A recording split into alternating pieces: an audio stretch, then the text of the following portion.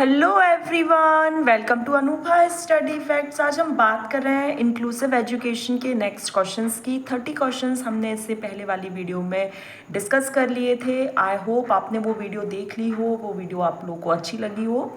और inclusive education से as such बहुत ज़्यादा क्वेश्चंस नहीं आते हैं, तो आप बहुत ज़्यादा ऐसा मत सोचो कि हमेशा ही नहीं आते हैं। ये आपका एमपी टेट है, इसमें कभी भी कोई भी क्वेश्चन वो लोग पूछ सकते हैं।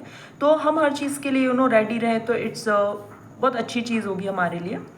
तो आज फर्स्ट क्वेश्चन है, आपको अपनी कक्षा में 2 मंदबुद्धि बालकों को या बच्चों को बैठाने के लिए बोला गया है, तो एज अ टीचर आप क्या करेंगे? तो ऐसे विद्यार्थियों को सिखाने की तकनीक सीखेंगे कि उनको सिखाना कैसे। ये नहीं कि अगर वो मंदबुद्धि हैं तो उनको अलग स्कूल में भेज दो या आप उनके साथ डील नहीं कर सकते, ऐसा कुछ भी नहीं करना है। असंगठित घर से आने वाला बच्चा सबसे अधिक कठिनाई का अनुभव कब करेगा? जब वो स्वतंत्र अध्ययन करता है। ठीक है। विशेष रूप से ज़रूरतमंद बच्चों की शिक्षा का संबंध होना चाहिए तो दूसरे सामान्य बच्चों के साथ, बिकॉज जब भी हम इंक्लूसिव एजुकेशन की बात करते हैं, इंक्लूसिव एजुकेशन इसीलिए बनाई गई कि जब भी जो कोई बच्चा थोड़ा सा अलग है या वो उतना अच्छा नहीं कर पा रहा है, तो दैट डजंट मीन कि आप उसे अलग कर दें, सेग्रीगेट कर दें, आइसोलेट कर दें या अलग किसी स्कूल में पढ़ाने के लिए कह दें, बल्कि आप दूसरे सामान्य बच्चों के साथ ही उसे शिक्षा देंगे।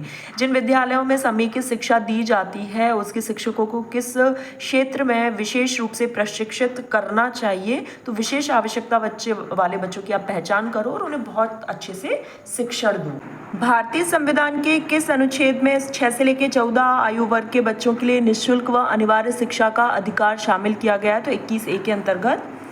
निम्नलिखित में से किन विद्यार्थियों को अध्यापक के ध्यान की आवश्यकता होती है? तो सभी को होती है। ऐसा नहीं है कि कोई बच्चा बहुत इंटेलिजेंट है तो उसे टीचर नहीं चाहिए, या कोई बेचारा बहुत कमज़ोर है तो उसे नहीं चाहिए, सभी को चाहिए। निम्नलिखित में से कौन सी विधि विशेष आवश्यकता वाले बच्चों के अध्ययन में सहायता करती है? तो केस स्टडी मेथड में ऐसा होता है कि जहाँ पर आप बच्चे का पूरा ऑब्जर्वेशन करते हो और फिर उस हिसाब से अपनी जो टीचिंग है उसमें बदलाव लाते हो। शिक्षा का अधिकार अधिनियम के अनुसार बच्चों का किसी विशिष्ट कक्षा में प्रवेश का आधार होता है उसकी उम्र। आप जिस उम्र का है आप उस एज के हिसाब से उसको उस क्लास में पहुँचाएंगे। समावेशी शिक्षा के पीछे मूलाधार ये है कि समाज में भिन्नता है और विद्यालयों को इस भिन्नता के प्रति संवेदनशीलता होने के लिए समावेशी होने की आवश्यकता है। मतलब समाज वैसे ही भिन्न भिन्न है और बच्चे भी देखो हर तरह से भिन्न होते हैं, कोई बहुत ज़्यादा हर चीज़ में टैलेंटेड नहीं होता, तो आप कभी भी बच्चों को सेग्रीगेट ना करें, इसलिए ये समावेशी शिक्षा बनाई गई। वंचित समूह के विद्यार्थियों को सामान्य विद्यार्थियों के साथ साथ पढ़ाना चाहिए, समावेशी शिक्षा का उदाहरण है।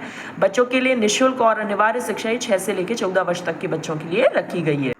शिक्षा का अधिकार अधिनियम 2009 नए वर्ष से 2009 से 14 वर्ष तक के जो बालक हैं उनको विद्यालय कभी ना गए हों जो अथवा विद्यालयी शिक्षा अधूरी छोड़ दी हो, तो बच्चों को शिक्षा की मुख्य धारा से जोड़ने हेतु उन्होंने क्या कहा? विशेष प्रशिक्षण लागू करने पर जोर दिया गया, जिसमें आप बच्चे के पेरेंट्स को ये समझा पाएँ और उसको वापस से स्कूल पढ़ने के लिए प्रेरित कर पाएँ।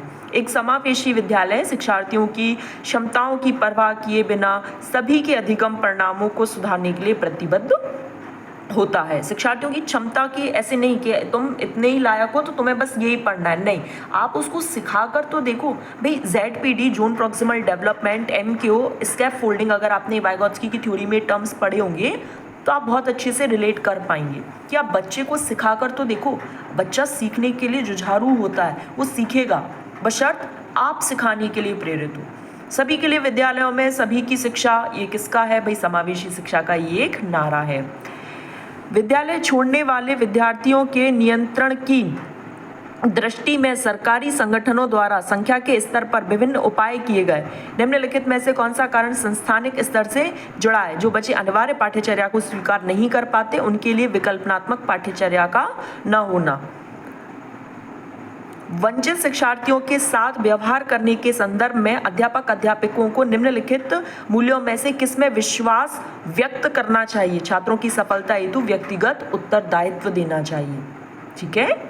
विद्यालयों में समावेशन मुख्यतः केंद्रित होता है तो विशिष्ट श्रेणी वाले बच्चों के लिए सूक्ष्म प्रावधानों के निर्माण पर। समावेशन किस चीज़ पर है?